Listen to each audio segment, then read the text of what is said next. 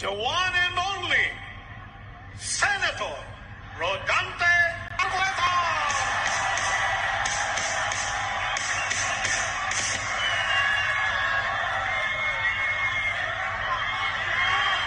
Magandang gabi, mga kapatid, mga kababayan.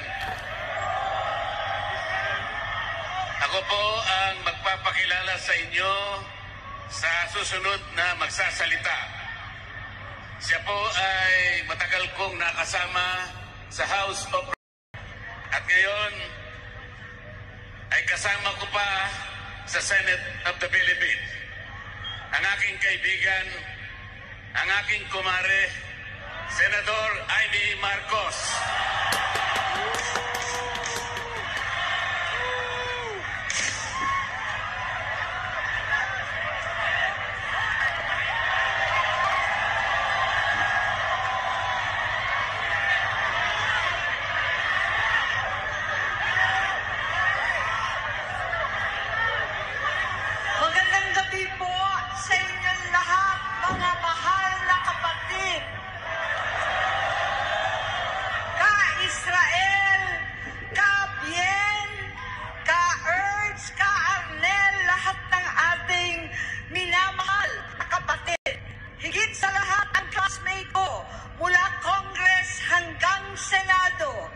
Senador Manong Dante Marcoleta.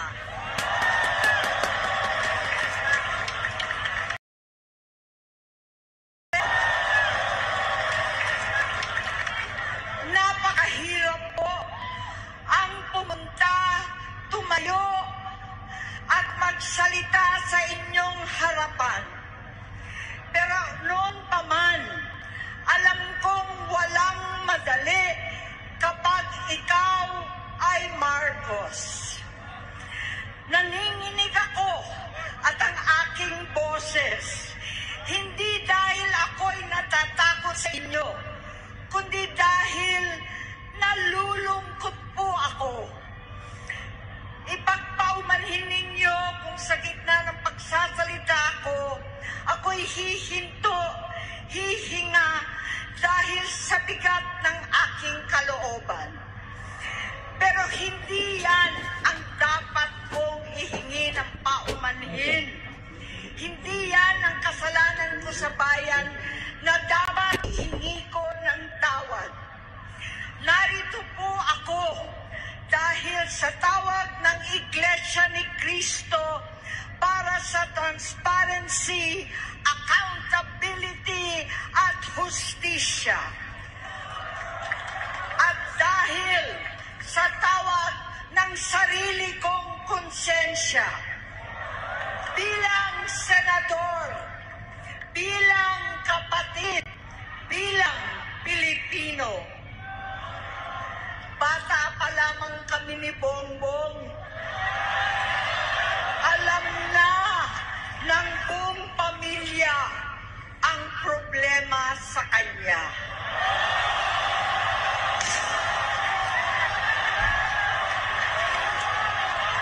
Sa totoo lang, mababasa naman ng lahat ang mga testimonya ng aking ama patungkol sa kanyang ugali at gawain.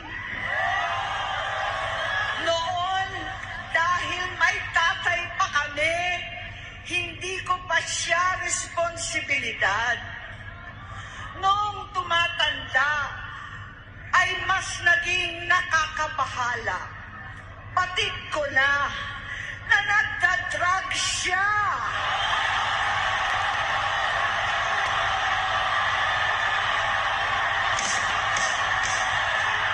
Nalaman ko at ng pamilya, nalaman ng pamilya, seryoso ito.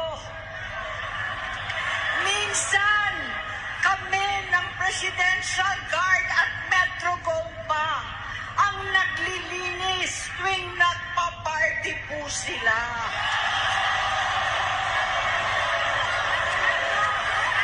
Namuhay kaming magkakapatid sa ibang bansa. Kami-kami lang. Kinumbinsi ko pa si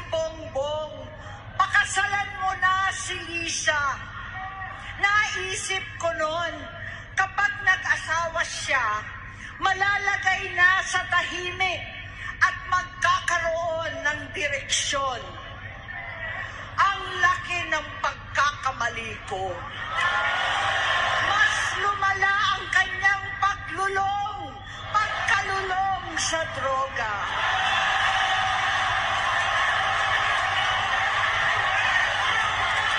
Dahil parehas pala silang mag-asawa.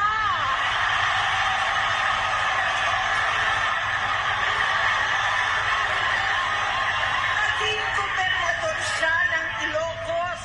Alam ng mga tao doon na halos hindi siya pumapasok.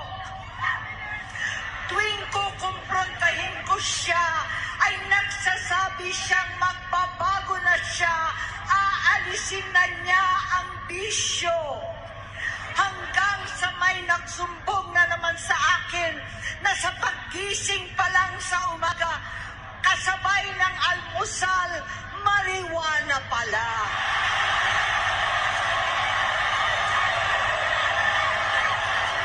Maghapon sila. Lahat sila nagiinuman at gumagamit ng cocaine. Kasama ng asawa at barkada.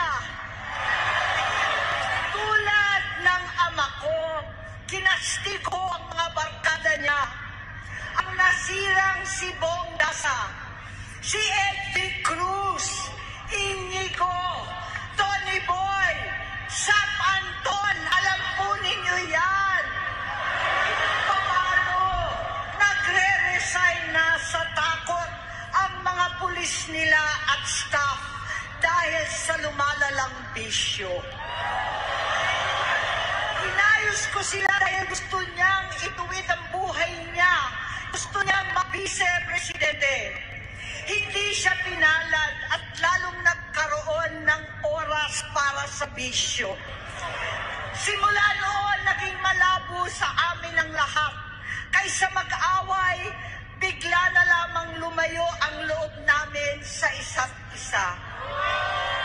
Noong 2016, kasabay ng kampanya ni ating Pangulong Duterte laban sa droga, lumabas ang pangalan ni Bongbong sa listahan. Nakasama siya sa listahan ng mga celebrities, mga artista, Maricel Soriano at iba pa. Masinsinan kong kinausap si Pangulong Rodi. Halos manikluhod ako. Sabi kong ayon sa kapulisan, dapat unahin, usigin ang mga pusher at saka lamang sagipin ang mga user.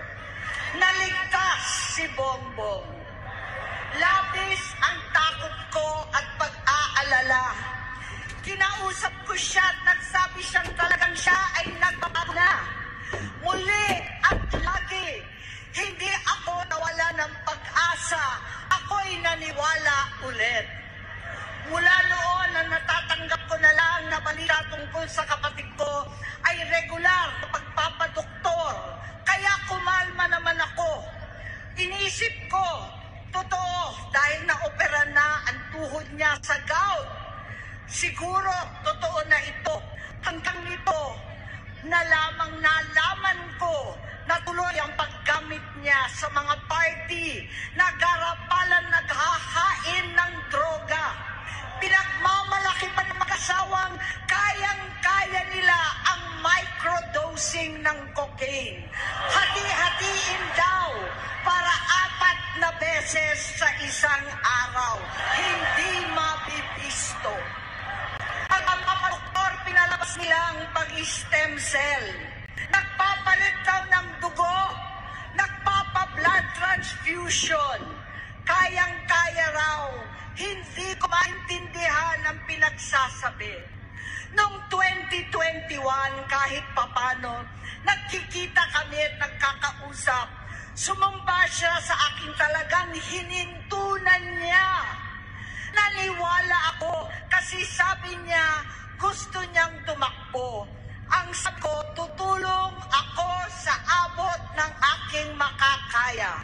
Ipinakilala ko si Bongbong kay Inday. Naging magkatandem sila.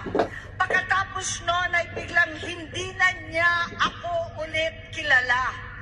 Kahit si Inday, nagtataka, bigla ako na itsapwera.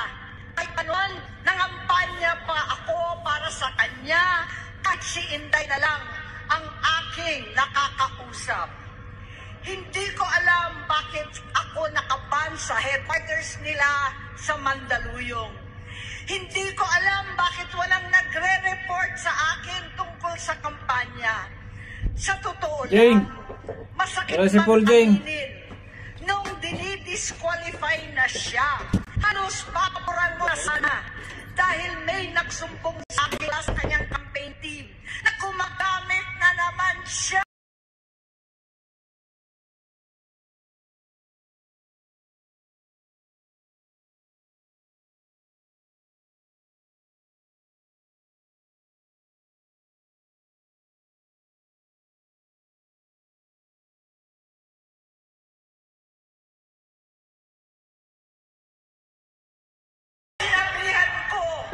Siya at mga taong nasa paligid niya, nakaisa silang tuluyan akong alisin sa kampanya na ako naman ang bumuo. Sinabi nilang gusto ko na siya ay ma-disqualify para ako ang pumalit. Hindi totoo yun. Iniisip ko ang kalagayan ng aking kapatid at paano siya magsisilbi kung ganyan ang kalagayan niya. Pero pinaparating sa akin na hindi siya lulong at minsan lamang tuwing nagpa-party. Hindi ko maipaliwanag bakit gusto kong maniwala at hindi mawalan ng pag-asa.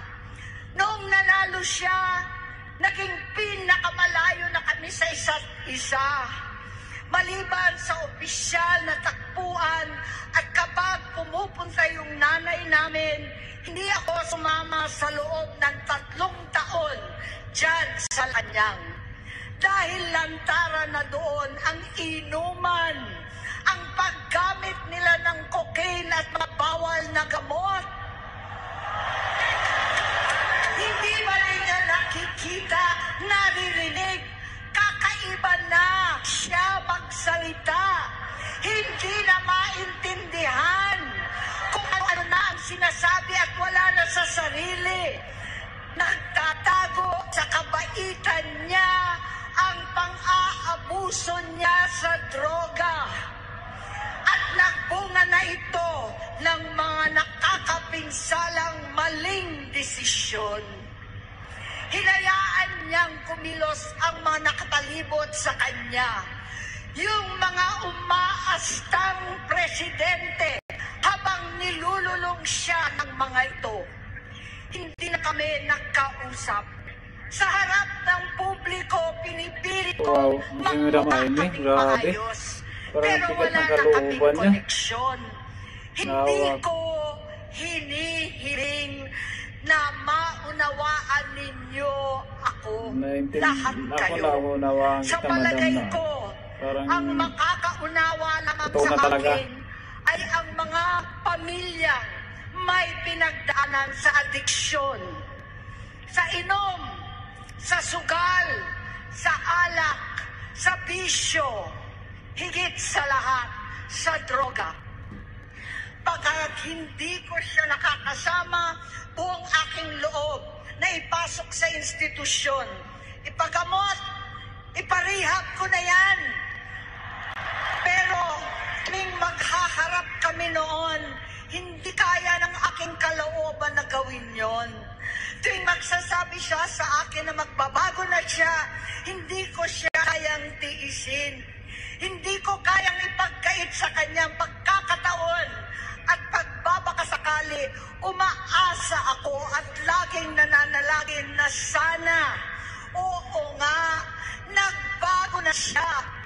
Hanggang dumating ang 2024 at 2025, yung bisyo niya na ang dahilan ng pagbaha ng korupsyon, kawalang direksyon, at maling-maling mga desisyon. Walang accountability, wala ng hustisya. Hindi na niya alam ang nangyayari. Hindi na pinapaalam sa kanya ang mga pangyayari. Sinamantala ng mga ito ang paggamit niya ng droga. Kinangkamlan niya ang kaban ng bayan habang ang mga dating tumatawag sa amin ng magnanakaw ay nakakita ng pagkakataon sirain ang lahat. Nagagamit na nila si Bongbong para sirain si Inday. Itinutulak pa nila si Bongbong at ang bayan sa bangin para umastang tagapagligtas. Mula sa pagtraidor at pagpapahamak kay VP Inday, sa confidential funds na kung tutuusin ang galing naman sa opisina ng Pangulo, hanggang sa pagpadukot sa dating Pangulo Duterte para itama lamang sa ibang bansa. Ang kabaitan ni Bongbong ay naging kalupitan. Karapalan ng pagtakot sa kanya ng mga nasa Congress, sa Senado, mga miyembro ng kabinete. Kitang-kita na ng taong bayan, wala nang puwang ang kahihiyan. Para bang nauulit ang bangungot ng kasaysayan tinatas namin noon. 68 years old po ang tatay ko nung pinatalsik sa pwesto. 68 years old na rin si Bongbong ngayon. November 17 din, noong 2021, nung nakumbinsi ko si Inday na magbise kay Bongbong. November 18 po, bukas, ang ikatlong araw natin. 9 na taon na nakakaraan, saktong November 18 pa talaga, na pinalibing ni Pangulong Duterte ang tatay ko sa libingan ng mga bayani.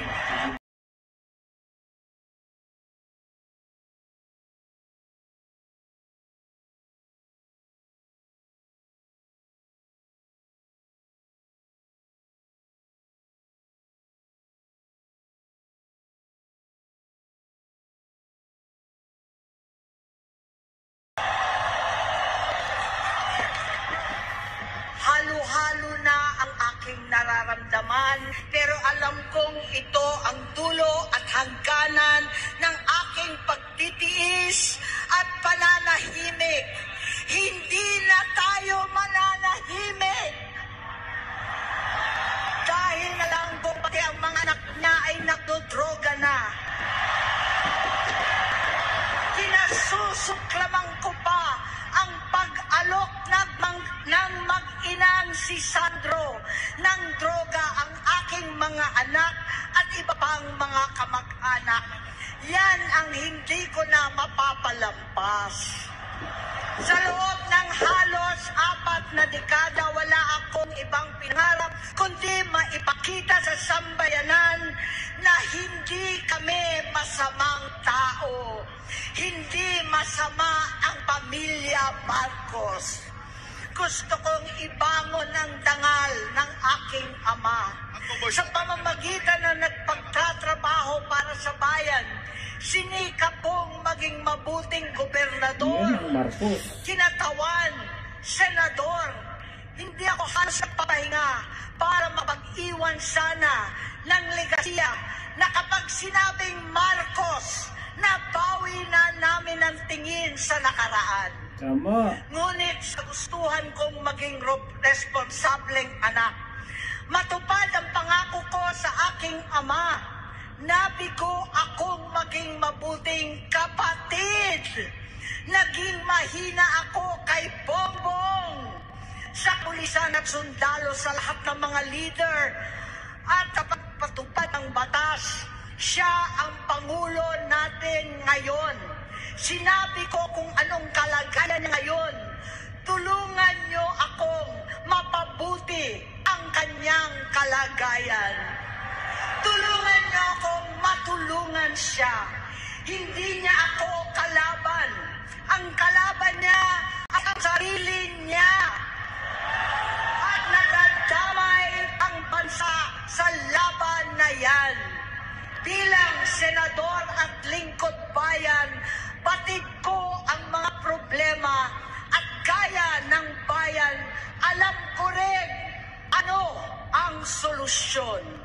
Sa pagkakawatak-watak, patuloy na pamumulitika, pagnanasa sa kapangyarihan ng mga talunan naman, kaguluhan sa Mindanao, alanganing gyera sa China at Estados Unidos, kawalang pananagutan sa flood control scam, karapalan, takipan, panggigipit sa hindi kaalyado, pagkakanulo sa kapwa Pilipino, pagdakip sa dating Pangulong matanda't may sakit upang ikisamang sa bansang dayuhan, pagsagsan na piso, paglaganap ng gutom, paghihingalo ng ekonomiya, at pagsasawalang bahala sa taong bayan.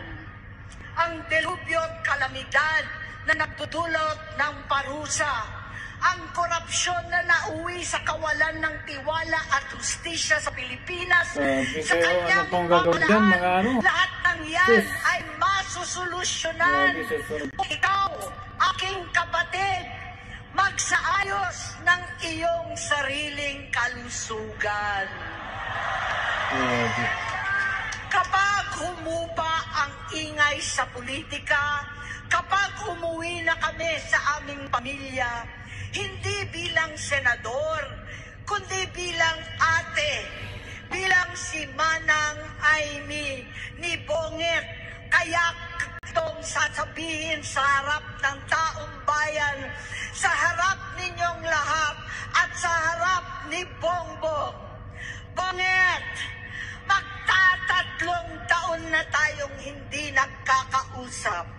3 taon ko nang sinusubukan muli na ako'y pakinggan.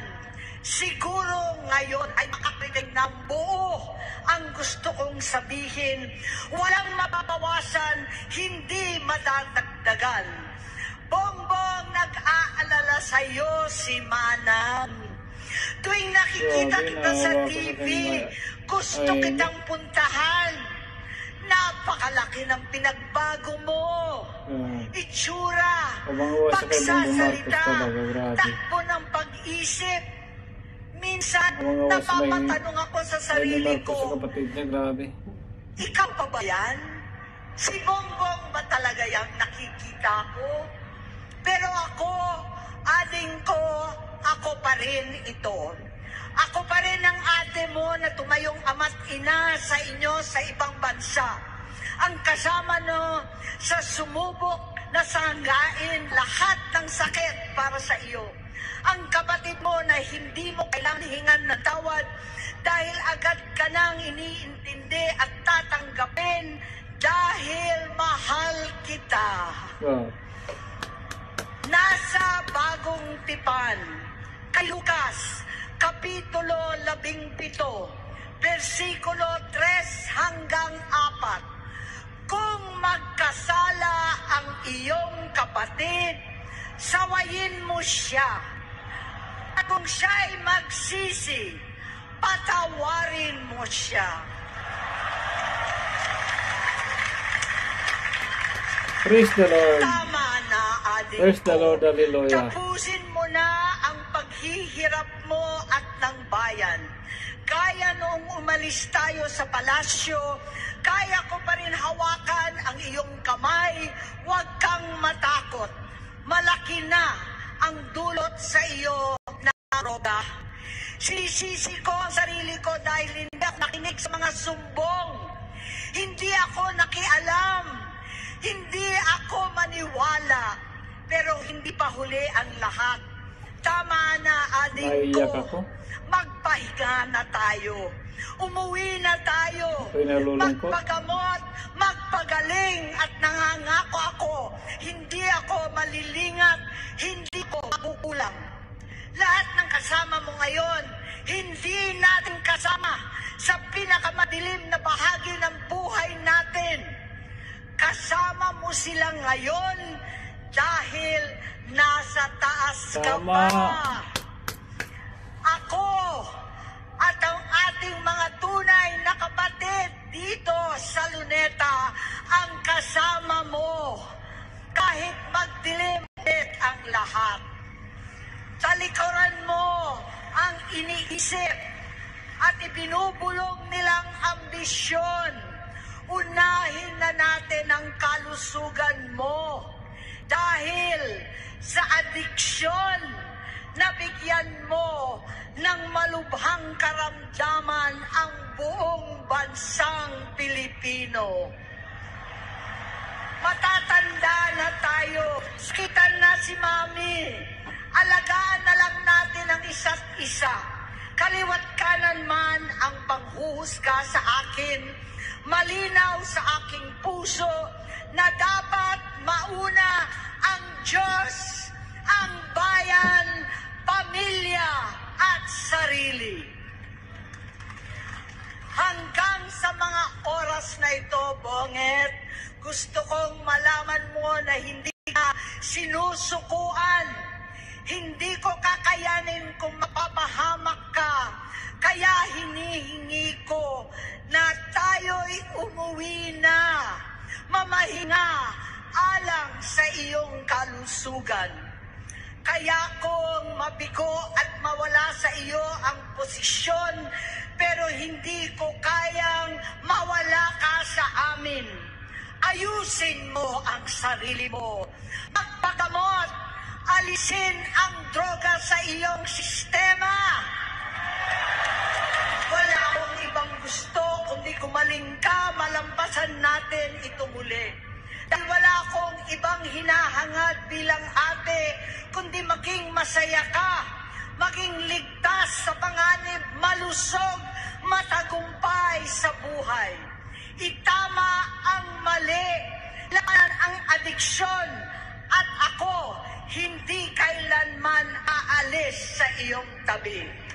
Susuporta at hindi titigil manalangin kasama ninyo dito sa Luneta at sa buong mundo. Dahil iyon naman ang tungkulin at ibig sabihin ng salitang kapatid, kapatid, mabuhay kayong magkakapatid. Maraming salamat po, Guys, Senator Amy alam nyo na guys, Marcos. please subscribe guys channel ko. Parang awa nyo na rin po mga kapatid.